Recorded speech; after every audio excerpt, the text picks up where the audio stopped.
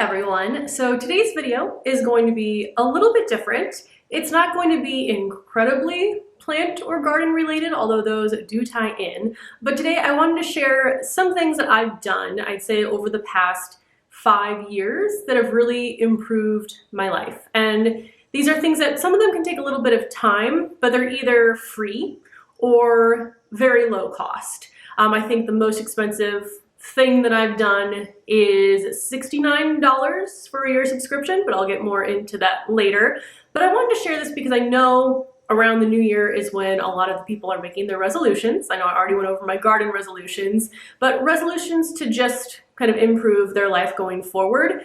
And a lot of the things I'm going to mention today were things that, one, I didn't realize how much of an impact they would have, or two, I didn't think they were actually going to have an impact, and I was kind of skeptical of them until I tried them myself. None of these were ever, I think, New Year's resolutions, but they're just kind of habits or things. I feel like I've said things a million times that I've done and then really noticed an improvement in myself. And how I can notice the improvement is a couple ways.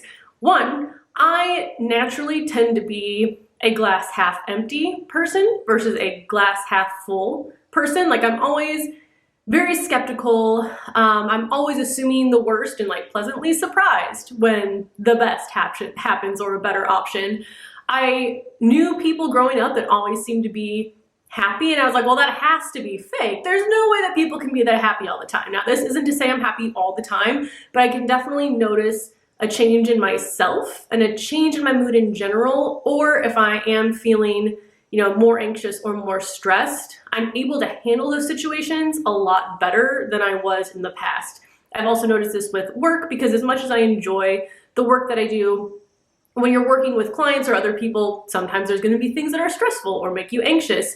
And in the past, it used to upset me a lot, almost where I would kind of start to shut down if I felt a little bit anxious, or I would be anxious about potentially getting anxious. And I've definitely noticed that I tend to be much calmer now. And when I do get stressed or I do get anxious, again, I can handle it better than I used to. So I figured I would just share some of these things with you in the hopes that either they can help you, or if it's something that you've done, let me know about it as well. So let's go ahead and get started. Now, first on my list is gardening. One, because gardening is the whole point of this channel, and I wanted to include a little bit of it, but two, because it really has helped improve my life. Getting out in the garden has just made me, one, I think, appreciate life a lot more, and two, notice smaller, like, incremental changes and really appreciate the now instead of always looking forward or backward, even though I do look at past photos of my garden a lot right now. But I mean, even things like going outside and noticing the buds forming on trees, as they're starting to bloom in spring, were never things that I slowed down and stopped to notice before. And I feel like I just recognize a lot more things in the world, and I appreciate a lot more of the smaller things that I see. Also, just emotionally, I feel like it's a great kind of escape, potentially when things are a bit more difficult. I don't want to make myself sad, but in the past 7 years, so 7 years ago, I lost my dad, and I didn't have any sort of outlet like that. I had not started gardening yet. I'm trying to think, I don't even think at the time we lived in an apartment. Well, it had a small outdoor balcony, but I wasn't able to get outside as much and kind of get my hands dirty. And I think that made kind of getting through that moment a lot more difficult than if I had my garden to kind of escape to. This last year, we lost my stepdad. Now, I think a lot of this comes with just experiencing grief before and loss. You kind of know what to expect. So I do think that definitely helped, but it wasn't even really peak garden season yet. He passed away at the end of February, but I still had things to do, like checking on my dahlias and starting seeds the next month, and kind of in the process of planting my garden. I was filling out my seed catalog. So I had that to do, and I think just being able to work on hobbies that I loved, getting outside even if it was still cold and into the garden, really helped me through that grief process. So I definitely credit gardening to changing a lot about who I am. Now, I would say even if you don't have space to garden, which again in the city isn't an option a lot of the times. I lived my first 4 years here without any outdoor space, and that was not as fun.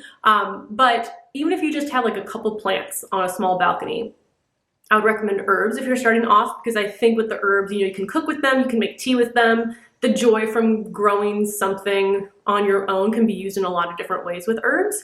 Plus, I feel like they're really easy to do in containers. So if you have a small space, really small space, only for a few pots, put some herbs out there. If you don't have outdoors, houseplants also help me a lot as well, especially now in the colder months.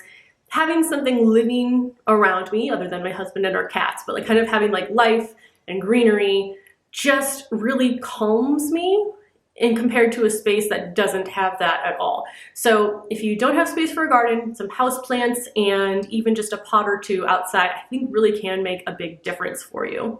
So that actually is my only plant-related recommendation for things that have definitely improved my life. Now I want to talk about some other things, and first on my list is meditation. Now this is the one where, I always heard about it.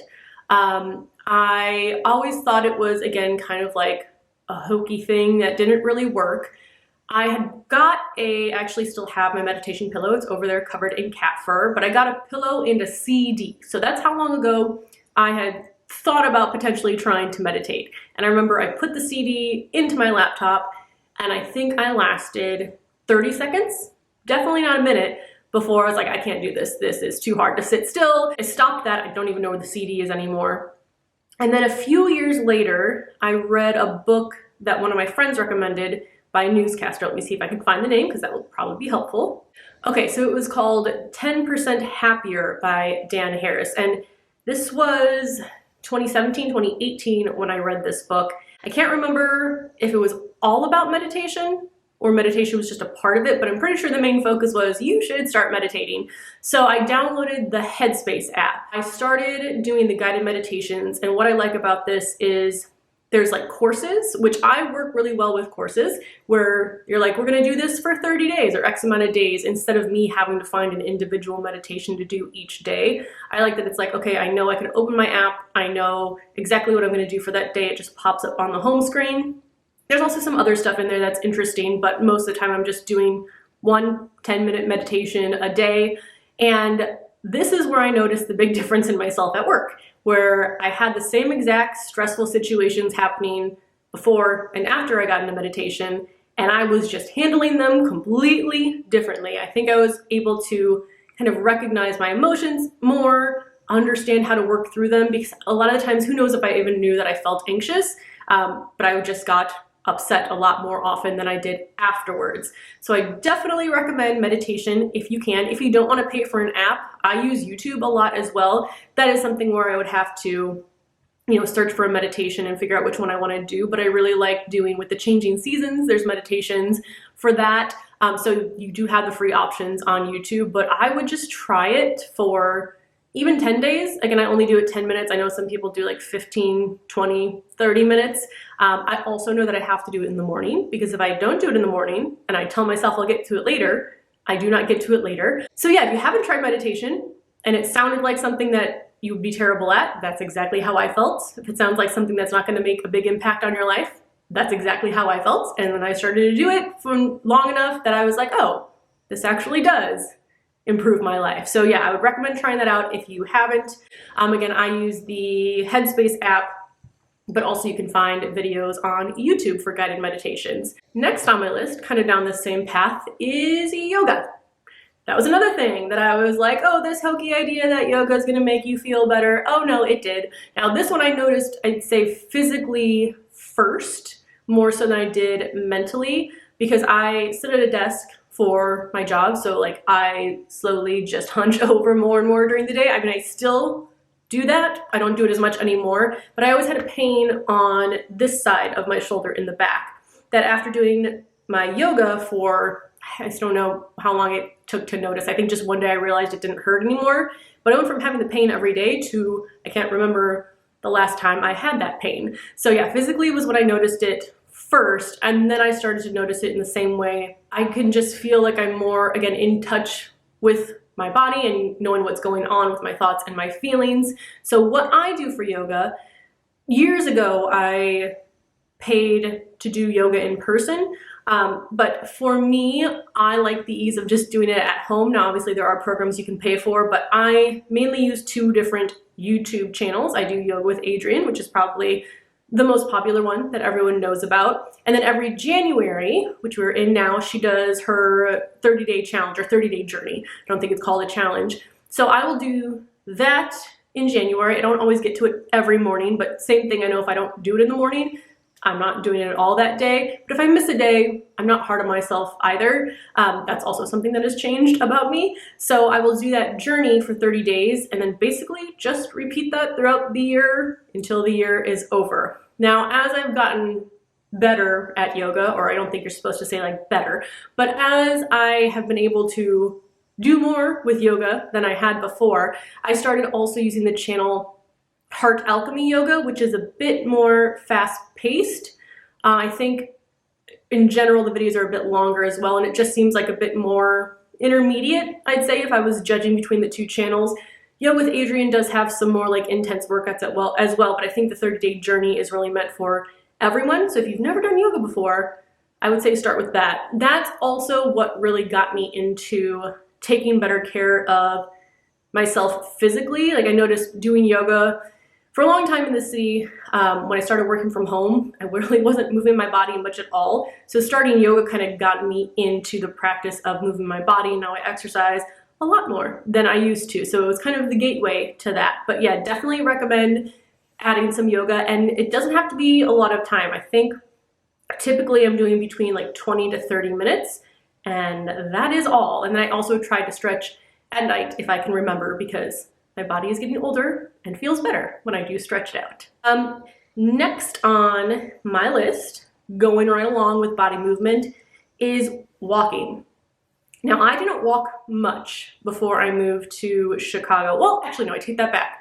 I walked a lot in college because even though I think I had a car, just walking around campus was a lot easier. Parking wasn't something that was easily available at all my buildings. So I walked a lot in college. And then after that, kind of moving back to my hometown and then moving to another place for a job. Before I got to Chicago, I just kind of stopped walking. I mean, not a lot of the places I lived were set up to be able to walk to different places. That's one of the things I really enjoy about living in a city, is being able to walk to the grocery store, walk to restaurants, walk to get coffee, walk just because I want to walk. But you can get really almost anywhere by walking. It takes a lot more time, but it's really something that I've come to enjoy. People ask me before, so like, what do you do for fun? And I'll be like, I take walks. And I know that doesn't sound necessarily like the most fun activity, but again, it's something that I've noticed has improved how I feel a lot. Especially if I know if I am in a stressful situation or I'm having anxiety, or even if I'm just like trying to make a decision and I can't figure out what the answer is. If I go for a walk, I feel like my mind is cleared, I'm kind of reset, and it definitely improves my mood. So when it's warm, I pretty much walk every day, or at least I try to.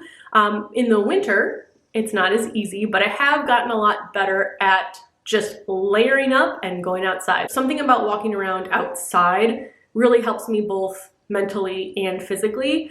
And that's another thing too, where I noticed a change, because I think I started walking more before I started gardening. And I noticed once I started gardening, I would notice a lot more on my walks, things I would never notice before I started working in the garden. So again, appreciating those things in nature, the very, very small things, can really change, I feel like, you in big ways. So I really, really love that. So again, simple things to do, walk around, and that also, between yoga and then walking, again, just had a lot of benefits for my health physically too. So if you can get outside and take a walk, assuming that it's not absolutely freezing where you are, I definitely recommend doing that. And the last two things on my list are both courses that I've taken in the last 3 years. These are both free on Coursera, at least they were at the time that I took them, and I'll list them down below. Actually, let me grab my laptop so I say the exact names and all of that, but they'll be linked down below in case you do want to sign up and take them. So the website is Coursera, and the first class that I took, this was, I think, May 2020. I saw someone else that I know on Instagram had taken this course or talked about it, and I think I saw it pop up quite a bit. But the course that I took is called The Science of Well-Being by Laurie Santos, and she is a Yale professor. Now, So again, this was almost 3 years ago, 2.5 years ago, so I don't remember a ton of the details, but I do know that it's a bit longer. Like, it does take some time to listen to the seminars or the discussions. There are some exercises which I really do recommend doing. I'm trying to think if it was maybe 2 months, and it's not like I did it every day, but maybe 2 months for me to kind of get through it. And it basically is just like teaching you scientifically how to be happy. That's probably a very simplified description of it. Actually, let me just read the description to you. In this course, you'll engage in a series of challenges designed to increase your own happiness and build more productive habits. I think that's something I definitely took away from this. As preparation for these tasks, Professor Laurie Santos reveals misconceptions about happiness, annoying features of the mind that lead us to think the way they do, and research that can help us change. You will ultimately be prepared to successfully incorporate a specific wellness activity into your life. So I would definitely recommend taking that one. Again, it does take a bit more time, but even if you just like listen to a discussion while you're doing something else, I like to do that while I'm cleaning a lot because I don't necessarily enjoy cleaning. So I like to listen to something that I find interesting, but kind of understanding why my brain was thinking in certain ways and then things that I can do to change how it thinks. But getting some of that incorporated into my daily life has definitely done wonders to change kind of how my brain thinks. And again, going from that kind of being a glass half empty person to more of a glass half full person, not 100% of the time, but maybe it's more like 60-40 on the glass half full side versus before it was like 90 glass half empty to 10 glass half full type of person. So I definitely noticed changes in myself. The other course is Finding Purpose and Meaning in Life, Living for What Matters Most. And this is by Vic Stryker. He has, again, the facts I have in my brain, I don't know if they're all 100% true, but he also has an app called Kimanu. And I don't know if it's like a whole company called Kimanu that works with companies to improve the happiness, I think, of like their employees. But this course was very personal. This was about like you as an individual, finding purpose and meaning in your life, which I think was something I was kind of lacking before that. I was kind of just going through the motions of, you know, I left high school, I went to college because that's what you're supposed to do. And then I got a job because that's what you're supposed to do. And I never really stopped to ask myself, what gives me purpose and what do I want to do? It was more focused on the what are you supposed to do. So this course was really helpful in finding a purpose and, you know, really appreciating life around you. So back to Kimanu, I think if you take this course, then you get free access to the app. If not, then I believe you have to pay for the app. But what I do with the app is every morning it kind of asks like how you're feeling for the day, how did you sleep? There's different questions every morning. How did you sleep? I think it asks things like how well did you eat the day before? Some other questions that I forget, even though they ask me similar ones every morning. And then each morning you can kind of track how you're feeling. And it also puts in there like what is your purpose. So you put your purpose in there, it helps you figure it out. And then every morning you're kind of reminded of what your purpose is because it's very easy to forget. And there's also tips for things to do throughout the day or incorporate. I do the loving kindness meditation through that app, which is just 5 minutes. So I really like that, and I would recommend doing the free course just to get more information. It's not as time consuming as the Science of Well-Being, and I don't think there's quite as many like activities. And then again, that's how you get access to the app. So if you are interested in free courses or just learning things and hopefully improving your outlook on life, I definitely recommend taking those two. Again, I will link those down below. If there's any other courses like that you know of, I prefer free courses, but also I think on Udemy is where I got the herbalism courses for $10. So if it's something that is really helpful and something you've done before, let me know because I would definitely love to check it out. But I think that is everything that's on my list. And now thinking back on it, the only one that actually costs money is the Headspace app, which there are free alternatives to finding meditations. So I would say even if you just pick one of these, because I didn't do them all at once. I started with, what did I start with? Yoga or the meditation. I think I started with yoga, then like added walking, and like added meditation, and then took a course. So it was kind of over the years trying out these things and kind of incorporating them into my daily life or my almost daily life. And I have noticed an incredible improvement. And not just me, but my husband actually recently said to me, like, I'm so impressed with like how far you've come or how many changes you made in your life. And so knowing that it's not just me noticing, but also other people as well, just makes me really happy and kind of gives me that validation that yes, what I'm noticing is actually coming off externally to other people. So I hope you find that helpful. Let me know if there's anything else that you've done that you think has had a really positive impact on your life, and hopefully we can share those in the comments down below. So thank you so much for watching this not really garden or plant related video, and I will see you in the next one. Bye.